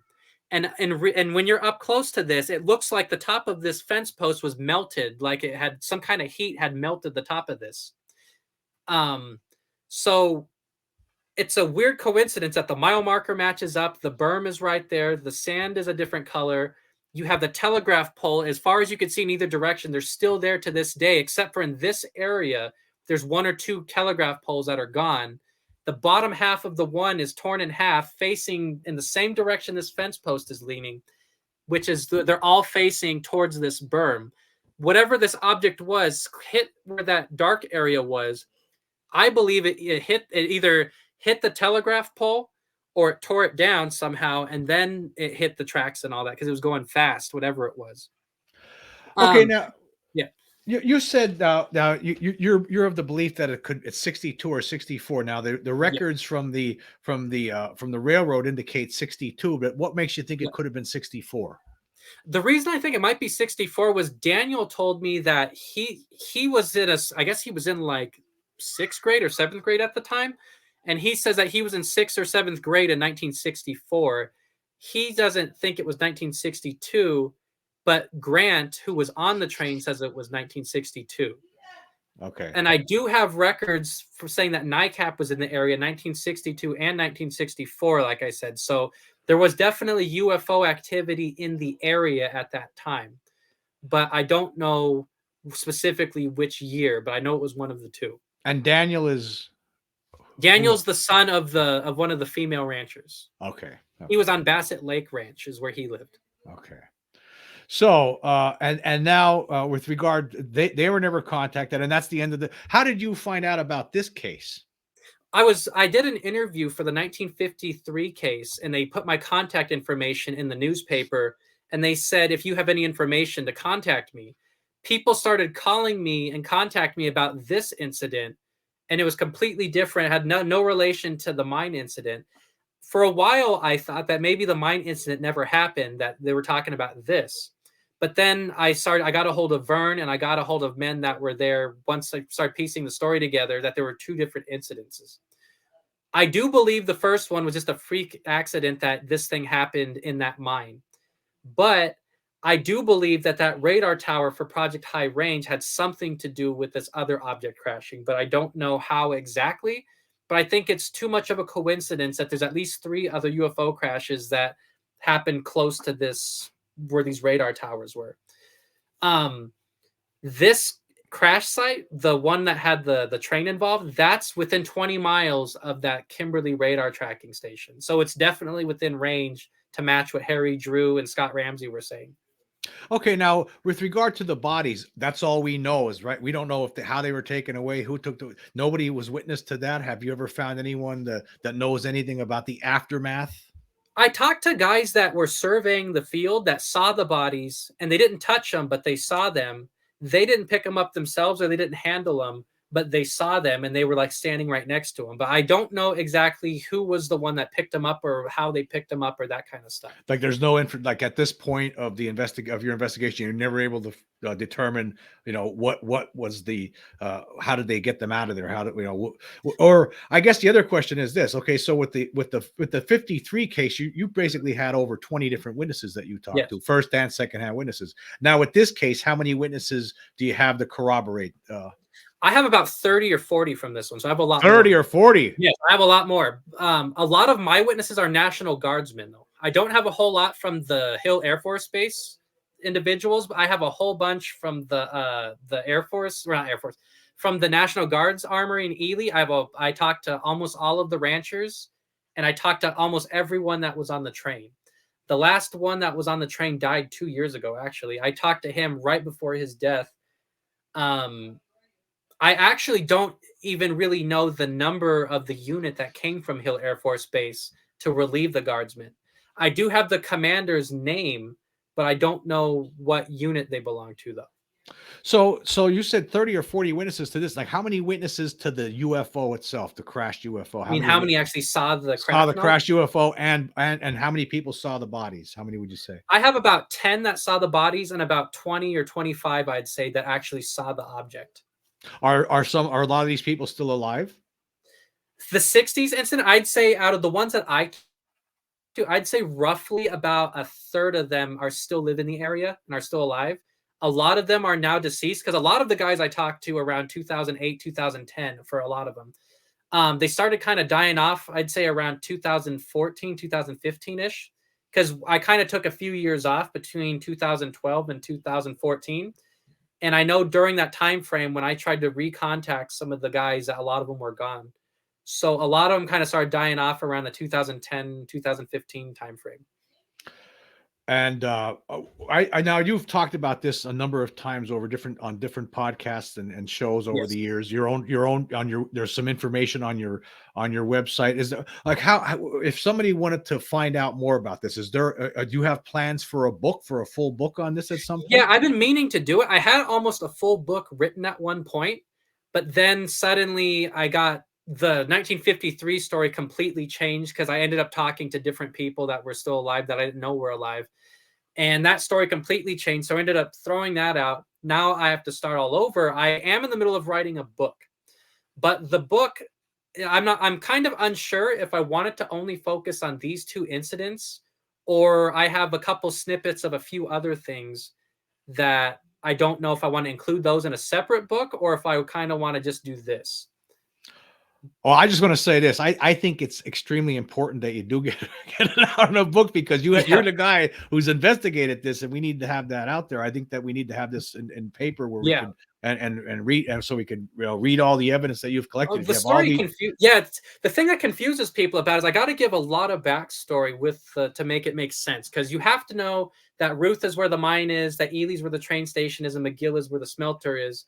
and you kind of have to know the layout of the towns and everything for it to make sense. So Yeah. that's some people give me problems with the Art Bell show interview because I was just starting out doing interviews at that time. And Art, I don't know if he didn't go in chronological order, and that kind of confused people. So I get a lot of people that don't like that interview because he didn't go in chronological order, or he didn't explain the layout of the towns and that kind of thing. You kind of have to have a visual aid for that. Yeah. Yeah. So let's pull actually it's with that in mind. Let's pull Yeah. that up again. Let's try to clarify everything so we Mhm. can understand. We could look at this picture, and we're going to pull up this map here again, Yes. and we're going to look at them let's determine. We'll go through the map and talk about the 1953 case and the 1962 or 64 case. Yeah. This is the one I guess we should be looking at, right? Yes. So you could see Old Ruth off to the top right. Old Right. Ruth is where the dinner party was being held and where a lot of the witnesses were outside. The object actually came down onto a snowbank near the Keystone dump, which is in the center of the picture. Right here. I have lots of witnesses. And this is a 1953 case we're talking 1953. about. So there's witnesses here. There was witnesses here that were later threatened that saw this object come down here. Yes, I have witnesses from Garnet Hill, which is directly north in the picture of the Keystone dump. Okay. I have other witnesses that were on Ward Mountain, which is close to Old Ruth, which is where the Boy Scouts were on the right side of the map. Okay, where I'm looking here. To your right. Yeah, they're over that way. It's not on this map, but it's like off in that direction where Old Ruth is. And then you could see Ely, the name's cut off, but it's on the top right corner. Right up here. But there's not a whole lot of trees, and that the people in Ely could see the object in the air, but it came out of view once it got lower to the ground. It came down over here somewhere. Yes. But and then Pete, of course, was driving between somewhere around the Liberty Pit, which is on a little bit to your right. Between the Liberty Pit, the Keystone Dump, and Ripetown. He was somewhere on one of those. It's like a triangle shape. Somewhere in here. Yes, somewhere in that area is where he was when he saw it come down. And then he went up here to see it.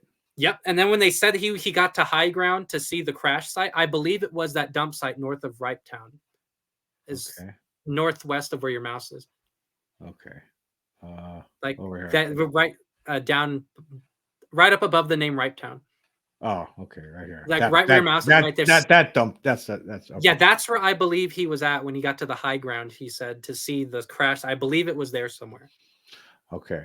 And now when we go to could we see the 62, 64 incident on this map? You can't see it in this map, but you could see in the north part of the picture where it turns into flatlands. Yeah, up here. Yeah, so it looks similar to that where this 1962, 1964 incident happened. Okay. We do have some pictures of that though here. I mean, we have pictures of the actual site. You actually believe that this is the this is you can see on that map, go back one. Okay. You could see on this is from MapQuest. When you see McGill, if you see it turns into flatlands, like a light colored area. Yeah. You can see where the mountains are. Yeah, it's north of there. So up here, that's where the second crash. Yeah, it's up in that direction. Yeah. Okay. See, that's what I mean. I think you're the expert on this. You're the one who's been doing all this research, all these witnesses that you've talked to. A book I think is going to be very helpful for a lot of people because it is somewhat confusing, especially if you're not familiar with the area. But now you have explained it. We parsed it out. There's two separate crashes we're talking about. Both of them are very interesting. I think the second one is actually even. I mean, the fact that they saw bodies there. Yes. I mean, that's incredible. And it's. I mean, when you have all these witnesses, what are you left to think? I mean, obviously, there's something that happened here, right? I mean, well, there's two other things I forgot to mention real quick. So the last time I was there was probably about a year ago. I've taken numerous. I can't even count how many trips. Not just because my grandma lived in that area, but I think we counted over 100 trips we've taken to do tests and talk to people. The last time I was there was about a year ago. I have no explanation for this. That road used to be able to drive down that road no problem. It was frowned upon because it's kind of dangerous and stuff, but you could drive out there. The last time I went out there was a big gate with barbed wire fence around that road leading down there. And I asked our friends that worked over at the Railroad Museum what was going on. They said that the mine wanted to reclaim that land. Only that one part of land. Only that one part. and you cannot go down there anymore. And that they put up a fence, and that one parcel of land is not for sale because the mine was selling off parcels of land slowly over the last 20, 30 years. That one plot is not for sale. They're reclaiming that one plot of land. It's now fenced off. And he says there's no explanation for it because the railroad was going to reopen those tracks for like a tourist attraction to ride the train. But he says that you can't take the train that way. They're told that they're not selling that area and you can't take that area. In order for us to get there, we had to climb this fence. And I mean, I hate to say it, but we had to go over this fence we weren't supposed to go over. We went there with metal detectors and Geiger counters. So when you get to the area where the wreckage is, where it was, where the berm's destroyed, the reading goes off the chart. It was pulling a 0.4 or a 0.6 on the chart, which is normal when you're on the area where that white sand is. For the metal detector? No, this is with the Geiger counter. With the Geiger counter, so it's radioactive there. So when you get to that part where that berm is destroyed, it goes up to 20s and 30s. So it I have no explanation for it. It gets, I don't know much about radiation and Geiger counters and things, but when you get to that spot, where in the picture we're looking at, it more than quadruples. It goes almost 8 times what the radioactivity is just half a mile down the road. What about the spot where the bodies were? We didn't take it down there because it's swampy, and we were worried that I would drop the device or we would get ruined down there. But up here, it was highly radioactive up here. On the other side of that berm, it's basically berm after berm after berm, and there's sagebrush everywhere. I'm pretty sure if you went out there, you could probably find something, a little piece of metal, because it looked just like it did back then. Or back then, it looked like it does nowadays, except for the tracks weren't overgrown, of course. But there is no way you could pick up every little piece of wreckage and all of that sagebrush, in my opinion. We didn't find anything with our metal detectors, but we've only been out there a few times. I actually want to move to Ely, and I figured if I ever moved up there, I'd go out there all the time, is my guess. But yeah, but I'm pretty sure you could find something out there because you could see it's under one of these little bushes or something. There's no way they could pick up everything. Well, there is another aspect to this, which I think is very interesting, and that's what we're going to talk about now. Is you've had some stress. Like, it seems like there's some people out there that don't want you looking into this. Yes, that's what it looks like. So let's talk about that a little bit. So, I mentioned earlier that I was getting calls from Hill Air Force Base. I was getting calls from Nellis and Douglas, and this was around the time I used to do a lot more interviews about this than I do now. I signed a bad TV contract, and I ended up not being able to do interviews for a few years. So that's why I'm kind of rusty on it. I didn't do it for a few years until recently. I went on the Art Bell show, which is up for debate if it was a good interview or a bad interview, whatever the case. So I went on Art Bell's interview. During this interview, I mentioned that there was a woman that gave us some strange rocks. These rocks allegedly were some of that slag material that was dripping off of this UFO in 1953 and hardened into rocks. I don't know for sure if that's what it is, but that's what it's looking like. So I actually took these rocks to the mine nowadays and got them analyzed in the early 2000s by the guys that worked over at the mine. They said that the rocks were a hematite rock, which I didn't know what this meant until I had talked to these guys. They said that a hematite rock is basically when there's two rocks and something molten causes the two rocks to fuse together. This new rock has the properties of both of the old rocks put together. So whatever this rock is, it has a high iron and copper content. It's magnetic. It's very heavy. It's about the size of a bottle cap, maybe a little bit bigger, but this thing is extremely heavy for its size. And this is another quick snippet I was going to tell you. So they couldn't figure out what it was. They didn't put it in any fancy machines or anything, but just from doing scratching tests and basic tests, they couldn't tell what it was. The two guys that we talked to, one was named Fred. The other one was Gary, I believe. And they were the senior metallurgists at the mine. They were probably in their late 60s at the time.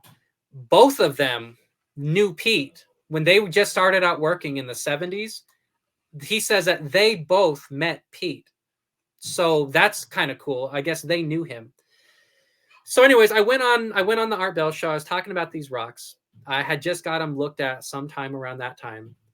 And I guess I went to work that night because I worked the graveyard shift, like I said, at the Suncoast Casino at that point in time. I get off of work. It was about 11:30, I believe, was the time I used to get off. And at about 11:30 in the morning, I pull my car into the driveway. I opened the door, and my legs are kind of hanging out of the car, and I'm getting ready to get out. A white sedan pulls in behind me, goes very fast around the corner we live on, goes very fast around the corner, kind of boxes me in. Like I'm sitting like this, and he's kind of like this, boxing me in. I immediately knew something was wrong, and I knew it had something to do with that interview. I had like a gut feeling. The front door opens of the sedan, and a man gets out in a military fatigue, like a dress shirt, like a military dress shirt. Yeah. I kind of I get out of the driver's seat. I go around the front of my car, and I go around the backside of his car. I remember the license plate. It was silver. It was white or silver, and it said U.S. government official use only on the license plate. And this guy, he's talking calm. He's not he doesn't really have like a big like freaking out or yelling or anything. He tells me, so I heard that you went on the Art Bell show last night. Could you talk to me about what you talked about? And I kind of looked at him, and I was freaked out at that point in time. And I was, I think, early 20s. I'm 34 now, but I was in my early 20s then. Yeah. And I didn't think about asking his name and everything because, like I said, I don't know. And then the spur of the moment, I didn't think of it. So he starts quizzing me on what I know about these UFO crashes, and then who did I talk to, who didn't I talk to. I'm kind of giving him short answers. I'm not really engaging him, I guess. So after he talks to me and kind of makes his presence known, he gets in the car, and right before he gets in the car, he says, "Tell your friend Nick that I said hi." And Nick's the one that does the UFOs with me. So he gets in the car and he drives off. I get back in my car, and I'm kind of shaken up at this point. I go to drive to the grocery store nearby, and I call my friend Nick. Nick, like I said, does the UFOs with me. He, to this day, won't tell me what happened, but he swears that at that point in time, that military guys came to his house, and he wanted to join the military at that time, and he was in college. They told him that he would never join the military. His college records would somehow be erased, or they would kick him out of college. They would make sure that he would never amount to nothing, basically. And other than that, I only found this out from mutual friends. To this day, he's still my best friend. He won't tell me what happened, but I know for a fact these guys, I don't know if it's that same guy, but they talked to him the same day they talked to me. And what was it? This was about 2010, 2011? 2014, I believe my blog 2000. said. Okay. So, wow. I get in the car, and this is what's weird. So he drives off. In order to go to the grocery store, I have to drive past a couple of shopping centers. When I pass a specific shopping center, it's an abandoned U-Haul place that they don't use anymore. I pass the U-Haul place, a white panel van pulls out of this parking lot and follows me all the way to the grocery store. I park in the very front because I could see that something's not right. And this guy had just talked to me. I park right in the front by the doors just to cause a scene. And this panel van kept going. I know I had told you earlier that woman said that these two guys were impersonating me and Nick, and they had come to her house. She said they got out of a white panel van. So to make things more weird, these white panel vans started showing up periodically. My parents saw them. We saw them. My coworkers and friends that would come over would see them. One day, I believe that I was at home. If I don't recall, it's been a while. I was at home, and one of these panel vans was outside across the street. I came outside with my old cell phone, and I started taking their picture. And I actually got a picture of the van, and there it is. And once I started taking the picture, they drove off all of a sudden. I only have that one picture of him. I've seen him probably 3 or 4 times since then. I haven't seen him in a while, but that's the van. Okay, what do you think it is? Do you think it's government? Or do you think it's aliens? I do believe. I mean the this, or you mean the UFO incidents? I mean, these guys that they're showing up and threatening people. I mean, do you think that this? I'm just wondering. Okay, Mhm. because you're saying these panel vans are showing up. I mean, it could be. I think it's possible. I don't think it's crazy to think that these MIB might be hybrids, men in black, Yeah. alien beings. How did they know to show up at your house that very next day after your Art Bell interview? The only I thing I'm mean, thinking is they would have had to have listened to the Art Bell show, or they would have had to have been connected somehow, either listening to it or they are tracking me somehow, whether it's over the phone or whatever. if you read David Jacobs, so David Jacobs talks about these people. They're actually dressed in people get confused. He says by these, he calls them enforcers, or they're like this group of hybrids. I don't know if you've read David Jacobs. I have before. Well, he talks about them in books like this one here, Walking Among Us. Yeah. He talks about these beings, and that they wear military fatigues a lot, and then people get confused thinking that they're military, but he doesn't think that they are military. And I'm just wondering what you think about this.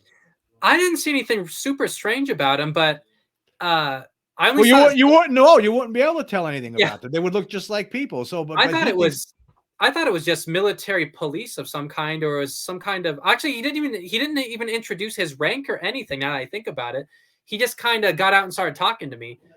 But he did have the official government license plates on the car. This one, you can't really see it on the van, but what do you call it? I thought it was just like a military guy of some kind, but I thought it was really strange that he was in a sedan, though. He wasn't in a van like that. He was in a sedan. The van showed up after I was driving to the store that day, and then I saw him a few times after that. Something that you would think was interesting. So I didn't see the vans for almost 10 years now, I'd say. I didn't see the vans. I was at work around Christmas time of this year, and I got a call from Creech Air Force Base, and they started asking me about the UFO crashes again. So I thought that was kind of weird. After all that time. Yeah, the military bases used to call me all the time when I used to do interviews all the time for this.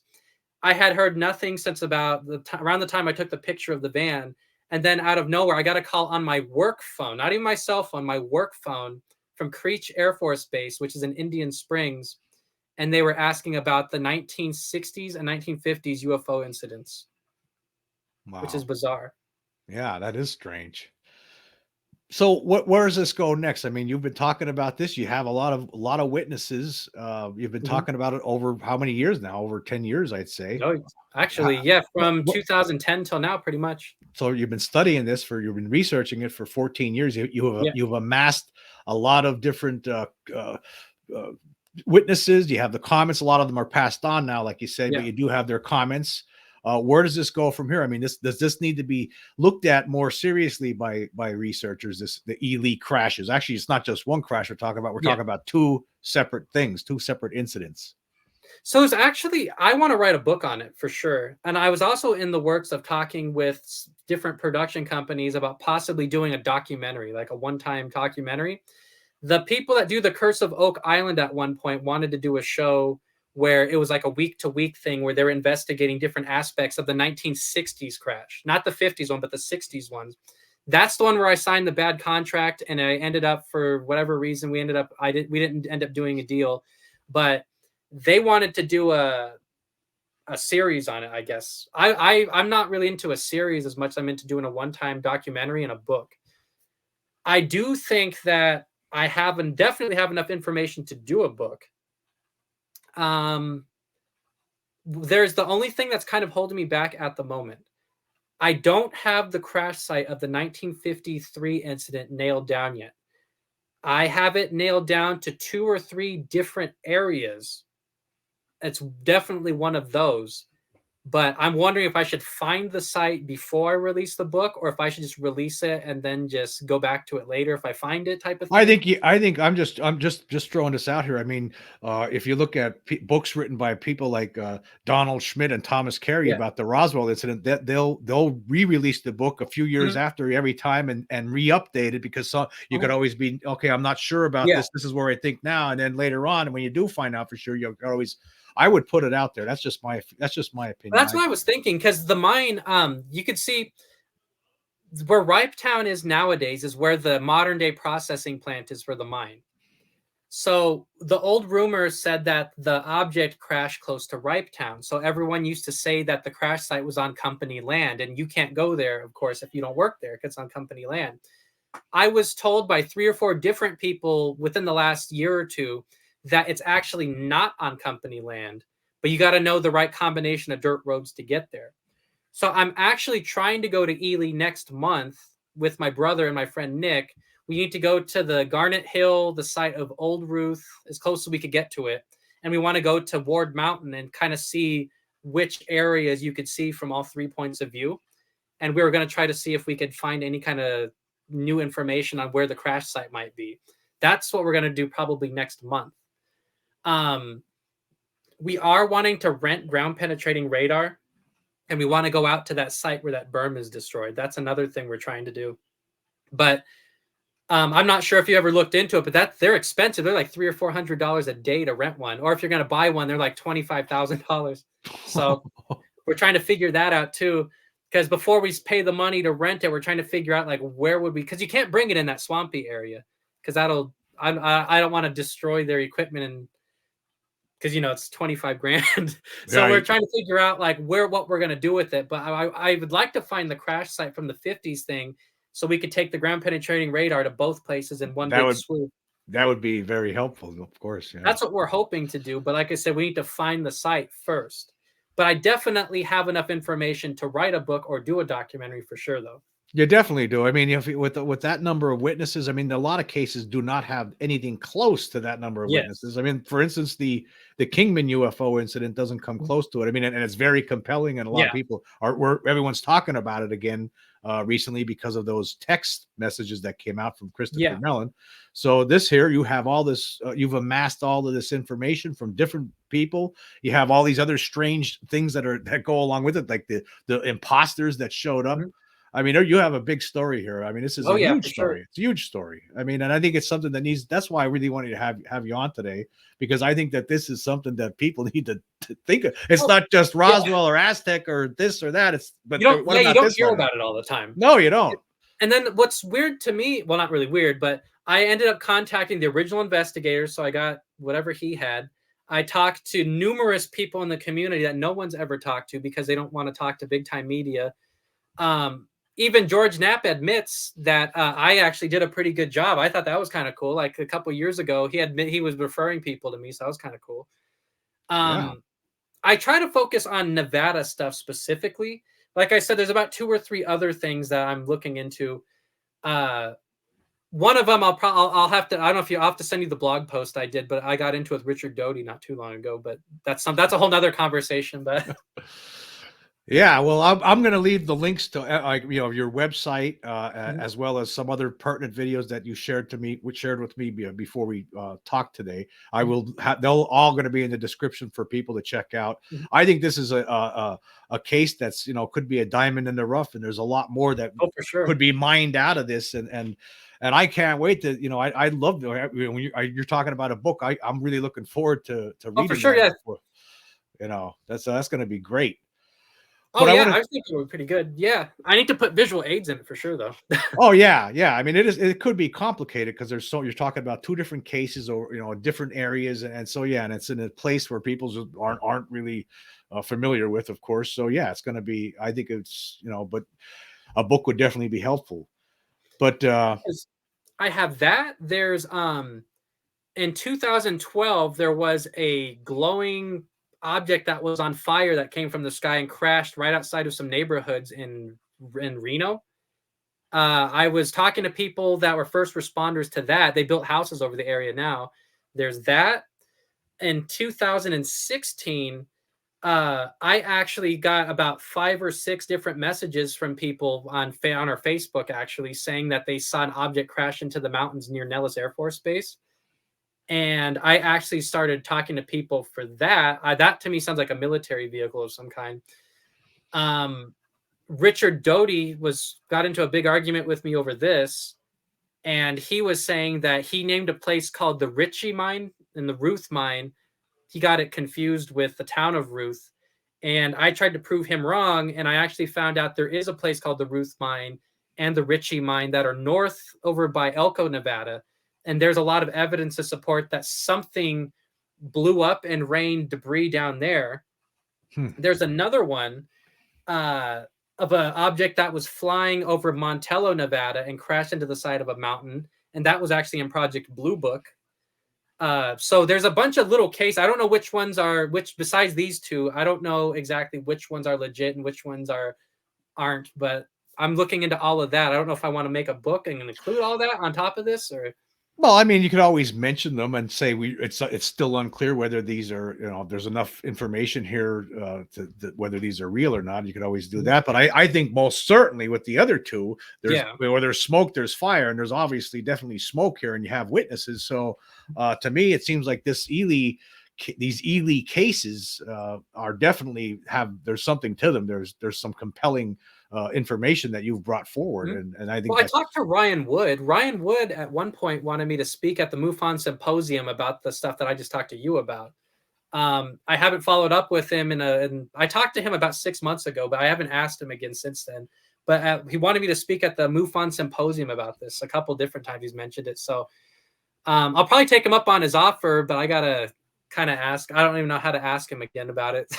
Oh, you just kind of throw him out an email, and because they put Harry Drew at the symposium at one point, and I know that they're always looking for stuff like this that you don't always hear about, where someone did like a halfway decent job at getting unknown information out there. Yeah, Harry Drew's research into the Kingman case, I mean, was really good. I mean, and so yeah, and I could understand why they would want someone like him, and that's why I think they would that's why Ryan would want someone like you. You're the expert on this case. Oh yeah. If anybody has any questions about Ely, Nevada UFO crashes, they're going to be contacting you. You're the one who did all the research. And a quick thing. This doesn't really have anything to do with those two cases, but I guess I'll leave the interview on this story. So I know you'll think this is interesting. So Ely, Nevada it's very remote. The closest major towns are Las Vegas or Salt Lake City, and both of those are about 3 or 4 hours away. It's highly active with UFOs. Even to this day, there's tons of stories of objects landing on the ground. There's stories of lights, just like fantastic UFO stories like you don't really hear anywhere else. There's a story that comes back from about 10 years ago over by Lund, Nevada, Lund. Lund, Nevada it's within an hour's drive of Ely, and it's a town, and there might be 100 people live in Lund, but a lot of hunters go back in the mountains back there and they go hunting. Well, there's a story of there was 2 hunters. There's 2 grown men hunters. That's a big outdoors area. So it's very remote. And Ely's only 3,500 people, and that's the biggest town in the area. I forgot to mention. Ruth is only about 500, maybe.